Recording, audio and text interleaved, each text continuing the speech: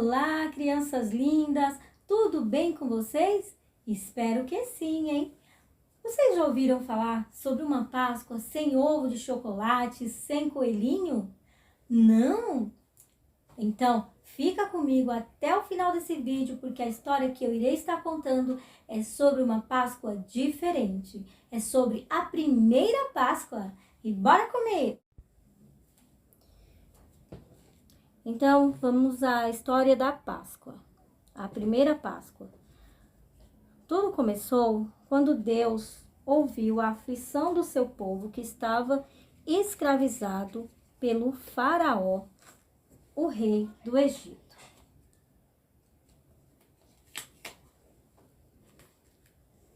Quando Deus ouviu que o seu povo estava trabalhando em trabalhos duros e pesados, ele mandou que Moisés, através de uma visão que Moisés teve de Deus, em um momento em que ele estava no campo e uma sarça, uma árvore, começou a incendiar, mas as folhas das árvores não se queimavam. Naquele dia, Deus falou para Moisés que ele deveria libertar o seu povo do Egito. Moisés não quis acreditar, mas Deus mostrou o seu poder. Usando um cajado que Moisés tinha, Deus fez esse cajado se transformar em uma cobra. Falou para Moisés: jogue o cajado no chão. Quando o cajado caiu no chão, Deus transformou o cajado em uma cobra. Moisés saiu correndo com medo da cobra, porém, Deus falou: pegue-a pelo rabo. E ao momento que Moisés pegou a cobra, logo se transformou novamente em um cajado. Moisés ficou admirado com o poder de Deus, e isso deu a ele uma fé para prosseguir na sua missão. Novamente, Deus mostrou o seu poder, pedindo que Moisés colocasse dentro da sua roupa a sua mão. Moisés colocou a sua roupa na sua mão e, ao tirar, novamente, a mão estava branca, com uma doença chamada lepra. Após Moisés colocar novamente, pela ordem de Deus, ao retirar, a mão estava sã novamente. Esses foram os sinais que Deus deu para Moisés, para que ele cresce, que ele iria com ele nessa jornada. Após Deus falar com Moisés, Moisés ainda tentou dizer para Deus que ele não conseguiria. Moisés, então, foi a Faraó.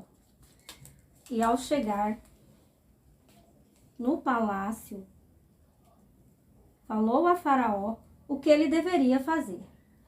Mas o rei, Deus havia endurecido seu coração e disse não para Moisés. Deus falou para Moisés que endureceria o coração de Faraó porque queria mostrar o seu poder.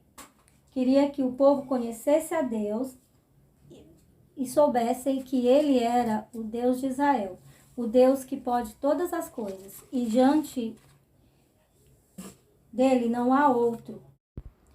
Diante disso, Deus castigou o Egito com as 10 pragas e, tocando o cajado nas águas, transformou em sangue. Durante todo o tempo em que durou a praga no Egito, todas as casas, o rio, onde havia água, estava totalmente transformada em sangue. Os animais morriam, os peixes, e as pessoas não tinham onde beber água, a não ser o povo de Deus, que Deus poupou de todas as pragas do Egito. As pragas eram tantas, e uma das pragas também que veio sobre o Egito foram rãs. Uma enorme variedade de rãs se espalharam sobre o Egito, nas casas, fora das casas e até nas camas dos egípcios, até mesmo na cama de Faraó, que por mais que eles tentassem, nunca, jamais iriam conseguir se livrar de tantas rãs, de tantos insetos. Mosquitos também foram uma das pragas que vieram sobre o Egito, além de moscas, muitas moscas. Nuvens de moscas sobre as casas, caíam nas comidas, caíam em todo lugar que se passava, era aquele enxame de moscas. A peste também veio sobre os animais, a ponto de morrerem doentes, úlceras. Chuva de pedra também veio sobre o povo, e aquela chuva foi tão numerosa, foram tantas pedras que caíram sobre a plantação de Faraó, que acabou com todas as plantinhas que já tinham nascido, ficando apenas as plantas que estavam embaixo da terra, que tinham sido plantadas, porém não tinham ainda nascido. Todas as plantas que estavam em flor, que já tinham nascido, morreram com aquela chuva, com pedras sobre elas. Mas Faraó endureceu o coração. Ainda mandou Deus gafanhotos, uma nuvem de gafanhotos sobre o Egito. Também mandou trevas por 3 dias. Por 3 dias houve uma escuridão. Dia e noite era a mesma coisa, somente escuro. Após a 9ª praga, Deus enviou a 10ª praga. A 10ª praga seria a morte do primogênito de cada família. Mas Deus poupou cada primogênito de Israel. Mandou que o seu povo sacrificasse um cordeirinho de apenas 1 ano, até 1 ano de idade, sem mácula, sem mancha, sem nenhum defeito. E com a sua carne, a carne do cordeirinho deveria ser assado e o seu sangue deveria ser passado nos ombrais, ou seja, nos ombrais da porta, seria passado o sangue, e quando o anjo da morte passasse por ali, aquelas pessoas seriam poupadas. Somente a pessoa, as crianças, os filhos dos egípcios foram atingidos, pois não foi passado sangue, não foi deixado um sinal para que o anjo não passasse por lá, a morte não passasse por lá. E assim eles fizeram, eles obedeceram. Mas Deus não poupou a nenhum dos egípcios. Quando o dia amanheceu, foi aquele clamor.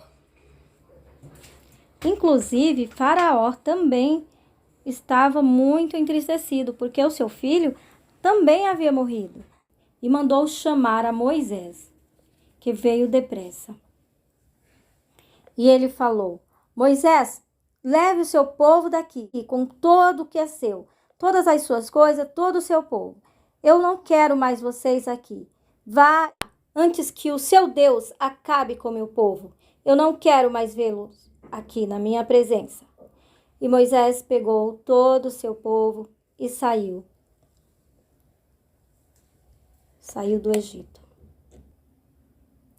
Faraó era um rei terrível e Deus endureceu novamente o seu coração.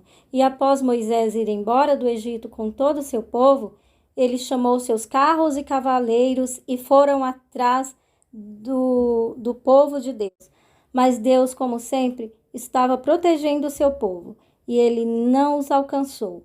Deus os livrou de muitas coisas, fez bastante milagres pelo deserto, fez aparecer coluna de fogo, nuvens que os seguiam durante o dia para que eles não sofressem o calor do sol.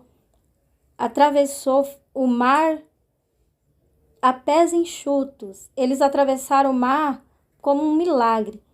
Moisés estendeu o seu cajado e o mar vermelho se abriu, e todos atravessaram. E os egípcios morreram afogados com todos os seus carros e seus cavalos.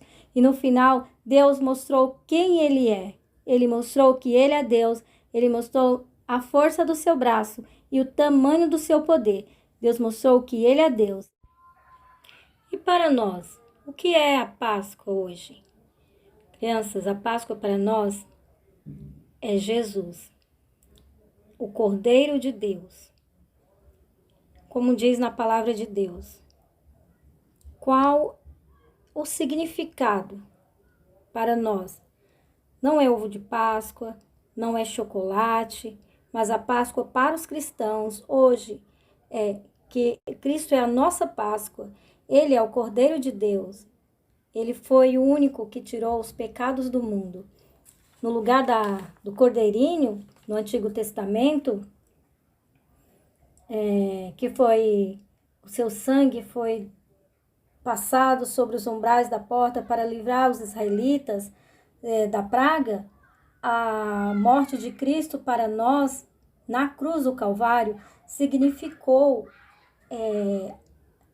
a nossa salvação, resultou na nossa salvação. Hoje nós temos o sangue do Cordeiro que nos purifica de todo pecado, que nos lava, que nos limpa e nos tirou da condenação da lei. Nós não precisamos mais do sangue de um cordeiro para nos livrar, porque Jesus, ele é esse cordeiro. Ele já derramou, ele já fez o sacrifício na cruz do Calvário. Ele já derramou o seu sangue para perdão dos pecados de todos os pecadores. Agora nós temos livre acesso a Deus. Podemos entrar na presença de Deus para adorá-lo. Jesus morreu numa sexta-feira, foi colocado no túmulo, mas ao terceiro dia, no domingo de Páscoa, ele ressuscitou de entre os mortos. A Bíblia diz que as mulheres foram ao sepulcro de manhã e encontraram a pedra retirada e o túmulo vazio. Jesus não estava lá e elas saíram entristecidas, achando que alguém teria roubado o corpo de Jesus. Mas o anjo do Senhor apareceu para elas e disse: Por que procurais entre os mortos aquele que está vivo? Ele não está aqui, ele ressuscitou. Após o anjo se retirar dali, Jesus, o próprio Jesus, apareceu e disse para elas que estava vivo. E mandou que elas fossem até os discípulos, os quais estavam reunidos em casa, entristecidos. Ele disse: Vai e conta aos outros que eu estou vivo. Elas foram dar a notícia, porém, eles não quiseram acreditar. Mas Jesus apareceu para eles e todos se alegraram com a presença de Jesus novamente entre eles. Mas Jesus subiu para os céus e prometeu que iria voltar. Jesus foi para o céu, mas nos deixou a promessa. Ele vai voltar. Ele vai voltar para levar a sua igreja. Ele vai voltar para levar a noiva de Cristo, a noiva do Cordeiro. A igreja é a noiva do Cordeiro. A promessa é para todo aquele que crê. E se você gostou dessa história, deixe nos comentários, curta e compartilhe, para que você também espalhe a notícia. O que significa a verdadeira Páscoa? Não é ovo de chocolate, não é coelhinho. É a comemoração da morte e ressurreição de Cristo.